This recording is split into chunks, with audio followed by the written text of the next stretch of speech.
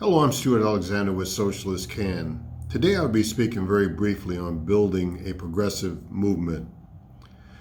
I quite often refer to the political system that we have here in the United States as being one party with two names, the Democrats and the Republicans. We call them the corporate parties because they are there in government to represent the interests of big banks, corporations, and Wall Street and government. They're not there to represent the interests of working class people. Even when their candidates are representing them on their ticket, those candidates are vetted properly to make certain that if they make it to the top of the ticket to represent them on represent the parties on the state or the national level, that those candidates will make certain that they secure the interests and protect the interests of the big banks, corporations, and Wall Street there in government. So essentially, working people do not have representation in government on the state or national or the international level. So what is important for us to do as working class people? First of all, we need to build a foundation and start building a coalition where we can have our own representation, have our own political party, a labor party, a working class party that will represent us in government. Some of the things that we're calling for in Socialists Can that are right at the top of our demand list. First of all, we're calling for a $500 monthly increase for all Social Security recipients over and above what they're presently receiving. Do we think $500 is enough? No, it's not. We're even calling for it to be raised up to $650 by 2020. But is that enough? Still, that is not enough. But it's still moving in the right direction where we can make certain that many of our aging citizens can be able to take care of some of their minimum basic needs of food, clothing, and housing.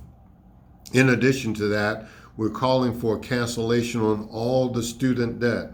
Presently, the student debt in this country is over $1.4 trillion. And many of our young people and even our working class people that are trying to improve their lives by getting a higher education, they are still strapped with debt all the way through their careers and their lifetime. So we're calling for cancellation on all student debt. In addition to that, we're calling for the federal minimum wage to be increased to $16 an hour. Many states currently have moved the minimum wage from $10, $12, and $15 an hour and to be increased over the next 5 to 7 years. Do we think $16 is enough? No, but it is still a start and moving in the right direction from the quagmire that we're in on the federal level at the $7.25 an hour that will not even meet the most basic needs of an individual, even if they're working 2 full-time jobs at 40 hours per week. So we need to make certain that candidates that are running for public office, that we carefully vet those candidates properly on an individual level and also on a collective level. We need to expect more from these candidates to make certain that we look at their backgrounds, where they have stood on various issues, if they are truly progressive candidates, not because they're Democrat or Republican or Socialist or Green, but to make certain that these candidates are truly progressive candidates that will represent the interests of working class people at all levels of government.